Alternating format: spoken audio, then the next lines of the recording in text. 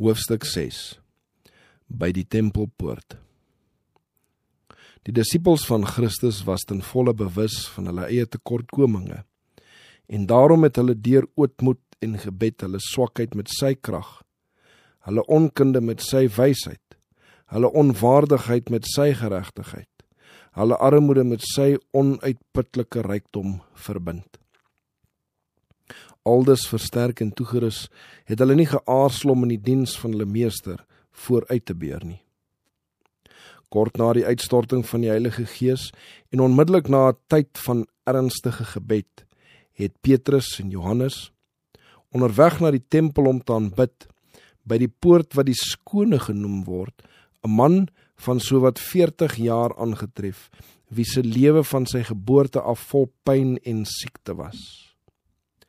Daardie ongelukkige man het lank begeer om Jesus te ontmoet, sodat hy genees kon word, maar hy was nagenoeg hulpeloos en ver verwyderd van die plekke waar die groot geneesheer gewoonlik gewerk het.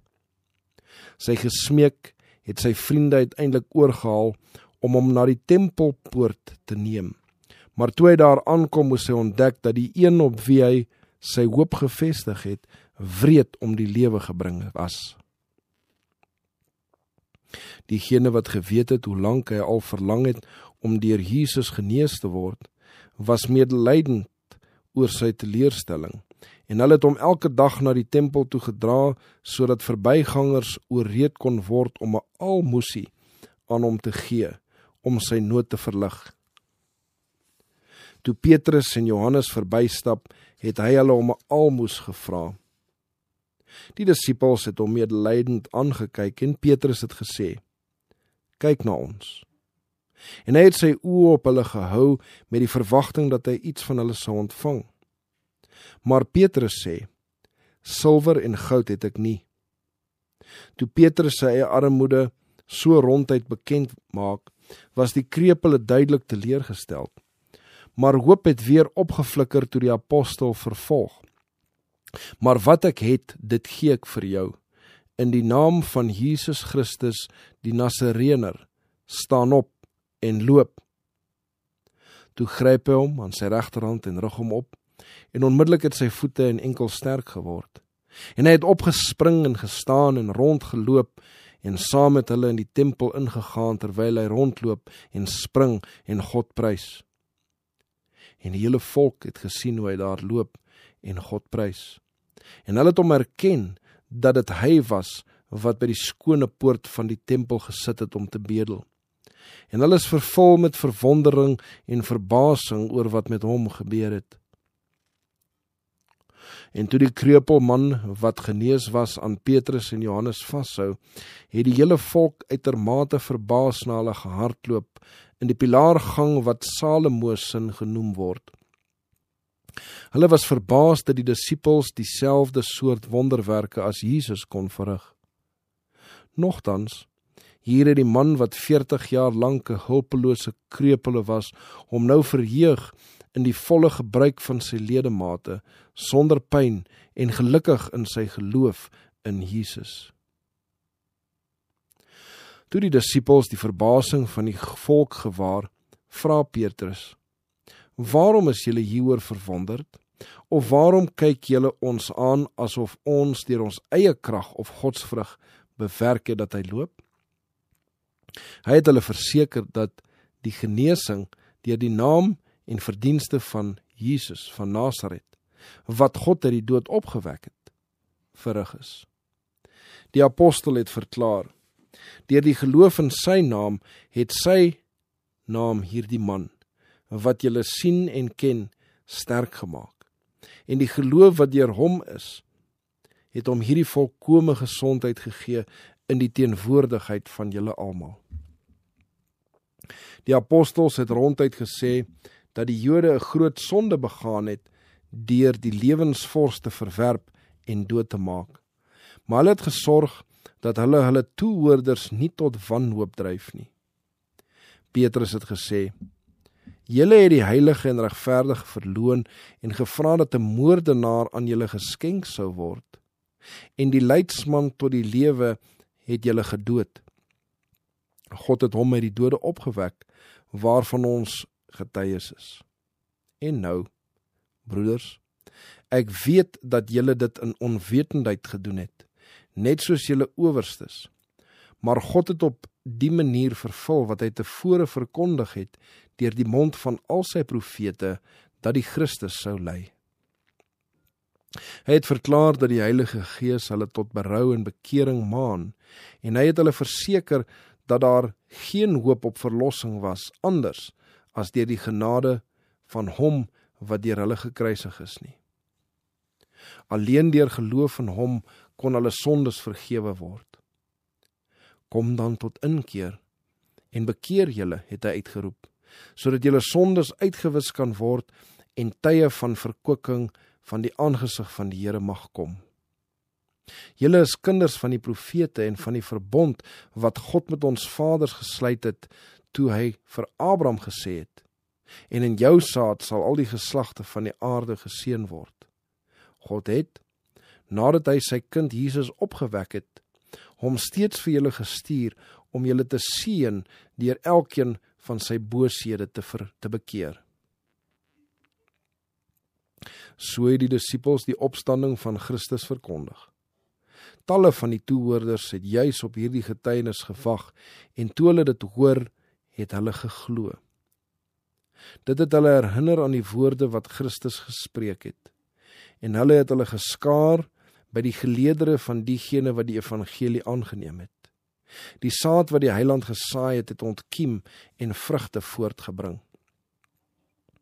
Terwyl die disippels met die volk gepraat het die priesters en die hoofman van die tempel en die Sadduseërs op hulle afgekom, baie ontevrede dat hulle die volk leer en in Jesus die opstanding uit die dode verkondig.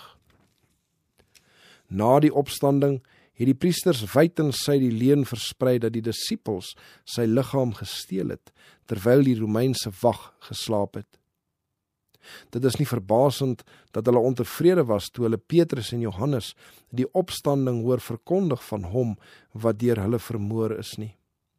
Veral die Sadduseërs was ontstoke.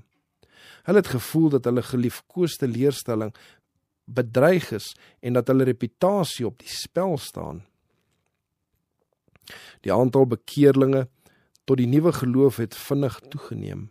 En Fariseërs en Sadduseërs was dit eens dat indien hierdie nuwe leraars toegelaat sou word om ongehinderd voort te gaan, hulle eie invloed in groter gevaar verkeer het as toe Jesus nog op aarde was.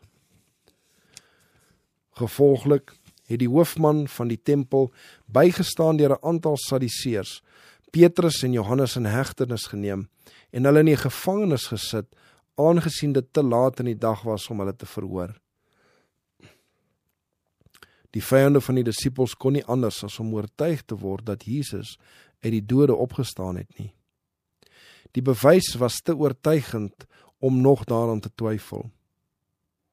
Nogtans het hulle harte verhard en geweier om berou te toon oor die vreeslike daad wat hulle met die teregstelling van Jesus gepleeg het. Die Joodse leiers het oorvloedige bewyse gehad dat die apostels onder goddelike ingewing spreek en handel, maar hulle het die waarheidsboodskap hardnekkig weerstaan. Christus het nie op die wyse gekom wat hulle verwag het nie, en hoewel hulle soms oortuig was dat hy die Seun van God was, het hulle die oortuiging nogtans onderdruk en hom gekruisig. In sy barmhartigheid het God hulle nog meer bewyse gegee, en nou het hulle weer die geleentheid gehad om hulle tot hom te wend. Hy het die disippels gestuur om hulle te vertel dat hulle die lewensvors doodgemaak het, en met hierdie vreeslike beskuldiging het hy hulle weer tot bekering gemaan. Maar die Joodse leraars het hulle in hulle eie geregtigheid veilig gevoel en geweier om te erken dat die manne wat hulle daarvan beskuldig het, dat hulle Christus gekruisig het, onder leiding van die Heilige Gees gepraat het. Nadat hulle aan 'n beleid van verset teen Christus verbind het elke daad van weerstand vir die priesters 'n bykomende aansporing geword om op die weg voort te gaan. Hulle het hulle al meer in hulle hardnekkigheid verhard. Dit was nie omdat hulle nie kon toegee nie. Hulle kon, maar hulle wou nie. Dit was nie net omdat hulle skuldig was en die dood verdien het nie. Nie net omdat hulle die Seun van God om die lewe gebring het, dat hulle van die verlossing uitgesluit was nie. Dit was omdat hulle in hulle teenstand teen God verhard het. Hulle het die lig voortdurend verwerp en die oortuigings van die Gees onderdruk. Die invloed wat die kinders van ongehoorsaamheid beheers, het in hulle gewerk en hulle daartoe gebring om die manne deur wie God gewerk het, te mishandel. Die boosaardigheid van hulle opstand is verskerp deur elke agtereenvolgende daad van weerstand teen God en die boodskap wat hy aan sy diensknegte gegee het om te verkondig. In hulle weiering om hulle te bekeer, het die Joodse leiers elke dag hulle opstand opnuut voortgesit en hulle berei om te maai waar hulle gesaai het. Die toorn van God word nie teenoor onboetvaardige sondaars gerig, bloot weens die sondes wat hulle begaan het nie, maar omdat hulle, wanneer hulle tot bekering gemaan word, verkies om hulle weerstand voort te sit en ondanks die lig wat aan hulle gegee is, die sondes van die verlede herhaal. Indien die Joodse leiers hulle aan die oortuigende krag van die Heilige Gees onderwerp het, sou hulle vergifnis ontvang het, maar hulle was vasberade om nie toe te gee nie. Deur voortdurend weerstand plaas die sondaar hom gelykerwyse waar die Heilige Gees hom nie kan beïnvloed nie. Op die dag na die genesing van die kreupele het Annas en Kajafas en ander hoogwaardigheidsbekleers van die tempel vir die verhoor byeengekom en die gevangenes is voor hulle ingebring. In daardie selfde saal en voor sommige van daardie selfde manne het Petrus sy Here op skandelike wyse verloon. Dit het hom helder voor die Gees geskied toe hy self verskyn om verhoor te word. Nou het hy die geleentheid gehad om vir sy lafhartigheid te vergoed. Die aanwesiges wat Petrus se aandeel in die verhoor van sy meester onthou het, het hulle gerus gestel dat hy nou deur die bedreiging van gevangenskap en die dood afgeskrik kon word. Maar die Petrus wat Christus in die uur van sy grootste nood verloon het, was voortvarend en selfgenoegsaam. Hy was baie anders as die Petrus wat nou voor die Sanhedrin gebring is om verhoor te word. Sedert sy val het hy hom bekeer. Hy was nie meer trots en grootpraterig nie, maar beskeie en sonder selfvertroue. Hy was vol van die Heilige Gees en hy was vasberade om met behulp van daardie krag die klad van sy afval te verwyder deur die naam wat hy voorheen verloon het te eer. Tot nog toe het die priesters enige melding van die kruisiging en opstanding van Jesus vermy. Maar om hulle doel te bereik, is hulle gedwing om die beskuldige te vra hoe die genesing van die krepelman bewerkstellig is. Hulle het verneem, deur watter mag en deur watter naam het julle dit gedoen?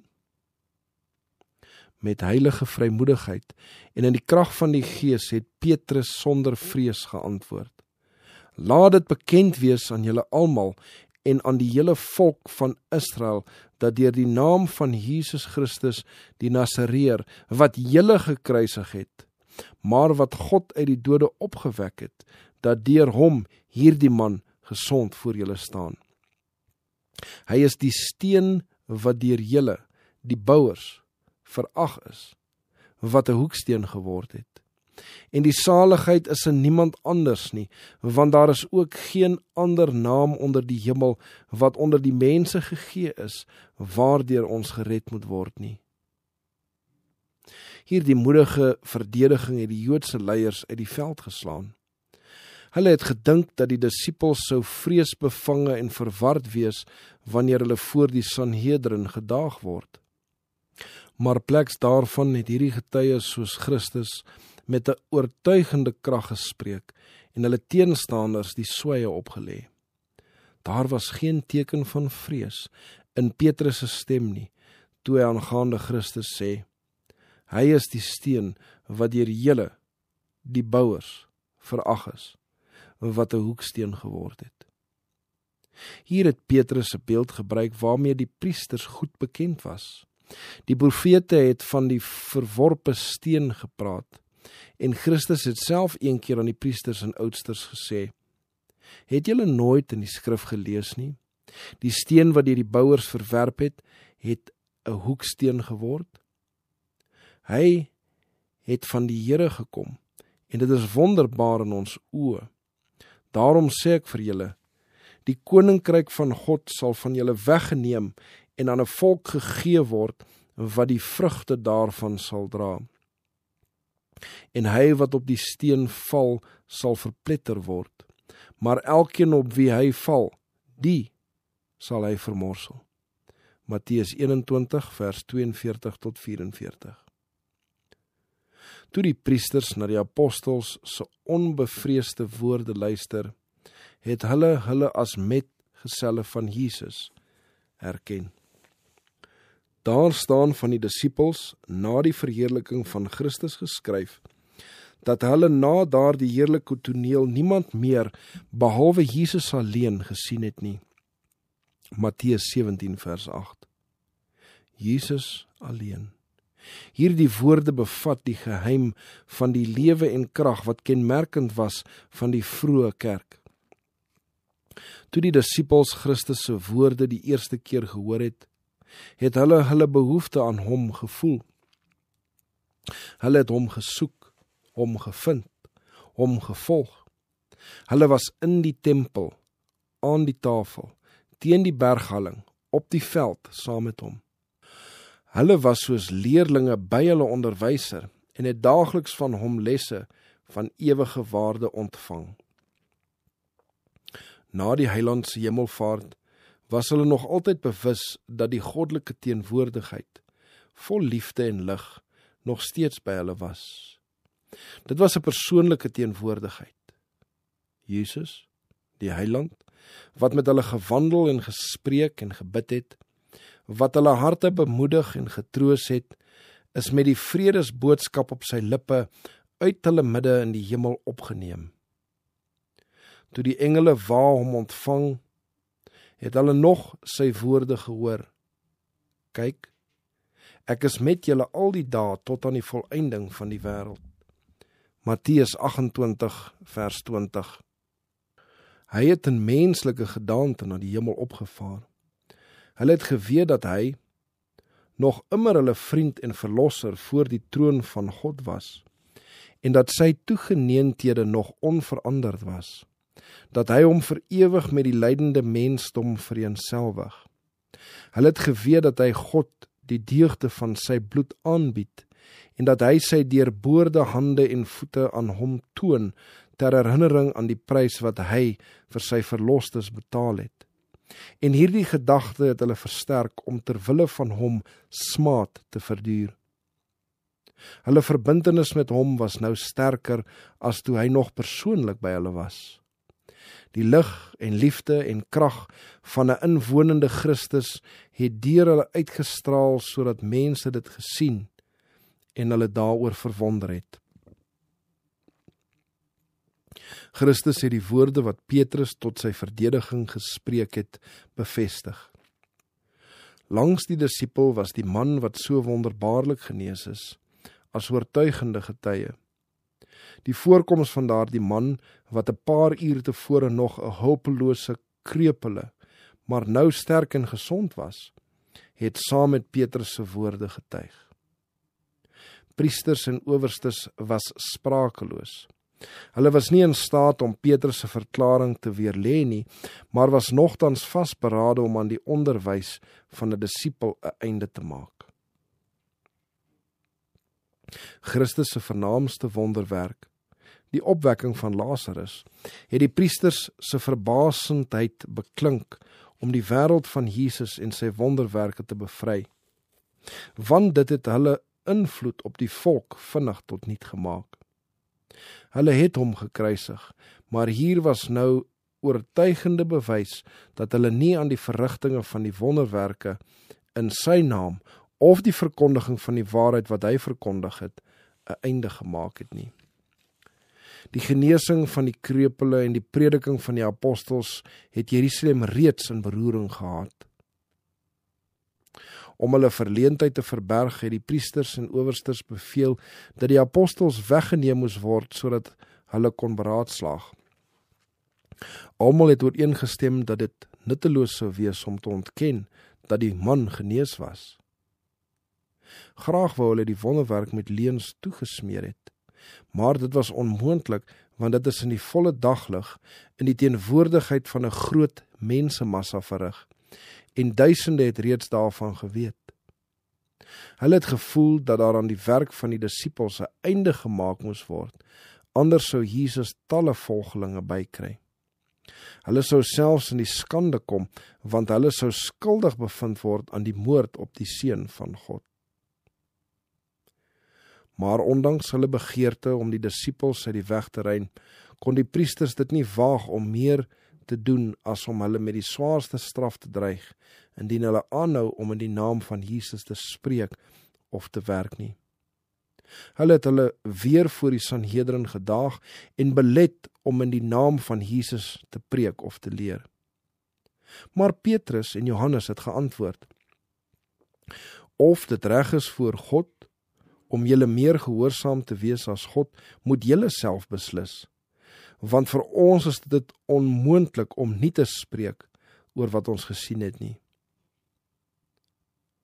Graag sou die priesters hierdie manne vir hulle onwankelbare trou aan hulle roeping gestraf het. Maar hulle het die volk gevrees, want almal het God verheerlik oor wat gebeur het. Dus is die apostels maar met herhaalde dreigemente en bevele vrygelaat. Terwyl Petrus en Johannes gevangenes was, het die ander disippels, ten volle bewus van die verneinigheid van die Jode, onophoudelik vir hulle broers gebid, want hulle het gevrees dat die wreedheid waarmee Jesus behandel is, herhaal kon word. Sodra die apostels vrygelaat is, het hulle die ander opgesoek en aan hulle verslag gedoen oor die uitslag van die verhoor. Daar was groot vreugde onder die gelowiges, en toe hulle dit hoor, het hulle eendragtig die stem tot God verhef en gesê: Here, U is die God wat die hemel en die aarde en die see en alles wat daarin is, gemaak het, wat deur die mond van die knegt Dawid gesê het: Waarom het die nasies gewoed en die volke nietige dinge bedink? Die konings van die aarde het saamgestaan en die owerstes het saam vergader teen die Here en teen sy gesalfde. Want waarlik, Herodes en Pontius Pilatus het saam met heidene en die volk van Israel vergader teen U heilige kind Jesus, wat U gesalf het, om alles te doen wat U hand en U raad vooruit bepaal het om plaas te vind. En nou, Here, let op hulle dreigemente en gee aan die diensknegte om met alle vrymoedigheid U woord te spreek, deurdat U hand uitstrek tot genesing en tekens en wonders deur die naam van die heilige kind Jesus plaasvind. Die disippels het gebid dat hulle met meer krag vir hulle bediening bedeel moes word, want hulle het besef dat hulle dieselfde hardnekkige teenstand sou ondervind as die wat Christus, terwyl hy op aarde was, geken het.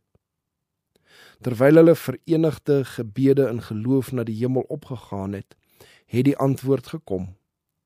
Die plek waar hulle byeen was, is geskit, en hulle is opnuut met die Heilige Gees bedeel. Met harte vol moed het hulle weer uitgegaan om die woord van God in Jerusalem te verkondig. Met groot krag het die apostels getuienis gegee van die opstanding van die Here Jesus, en God het hulle moeite op wonderbaarlike wyse geseën.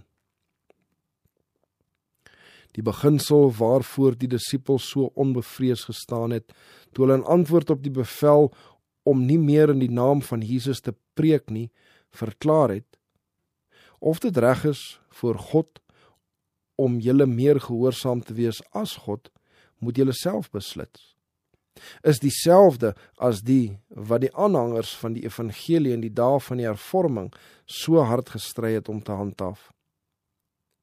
Toe die Duitse vorste in 1529 op die Ryksdag van Spiers bymekaar gekom het, is daar aan die keiser 'n dekreet voorgelê om godsdienstvryheid aan bande te lê en die verdere verspreiding van die hervormde leerstelling te belet. Dit het geskyn asof die hoop van die wêreld op die punt was om geblus te word.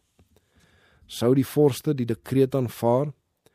Sou die lig van die evangelie onthou word aan die groot skare wat nog in duisternis verkeer het? Geweldige beslissinge vir die wêreld was op die spel. Diegene wat die hervormde geloof aangeneem het, het byeengekom en hulle eenparige besluit was: laat ons die dekreet verwerp. In gewetensake het die meerderheid geen gesag nie. Mul de Bogain, History of the Reformation, deel 13, hoofstuk 5. Ons moet hierdie beginsel in ons tyd standvastig handhaaf. Die manier van die waarheid en godsdienstvryheid wat deur die stigters van die evangeliekerk en deur die getuienis van God gedurende die eeue sedertdien hoog gehou is in hierdie laaste stryd in ons hande toevertrou. Die verantwoordelikheid vir hierdie groot gawe berus by diegene wat God met 'n kennis van sy woord geseën het. Ons moet daardie woord as die opperste gesag aanvaar. Ons moet die menslike regering as instelling van God aanvaar en leer dat dit 'n heilige plig is om hom binne sy regmatige perke te gehoorsaam. Maar wanneer sy eise met die eise van God strydig is, moet ons God liewer as mense gehoorsaam. God se woord moet as verhewe bo alle menslike wetgewing beskou word. 'n So sê die Here mag nie tersyde gestel word vir 'n so sê die kerk of 'n so sê die staat nie. Die kroon van Christus moet bokant die krone van aardse heersers verhef word. Daar word nie van ons verwag om die gesagsdraers te trotseer nie. Ons woorde, ongeag of dit gespreek of geskryf word, moet versigtig oorweeg word, sodat niemand daaruit kan aflei dat ons iets gesê het wat vyhandig staan teenoor wet en orde nie. Ons moet niks sê of doen wat ons weg onnodig sal versper nie. Ons moet in die naam van Christus voortgaan om die waarhede wat aan ons toevertrou is, te verkondig. As mense ons belet om hierdie werk te doen, kan ons, soos die apostel sê, of dit reg is voor God, om julle meer gehoorsaam te wees as God, moet julle selfs beslis. Want vir ons is dit onmoontlik om nie te spreek oor wat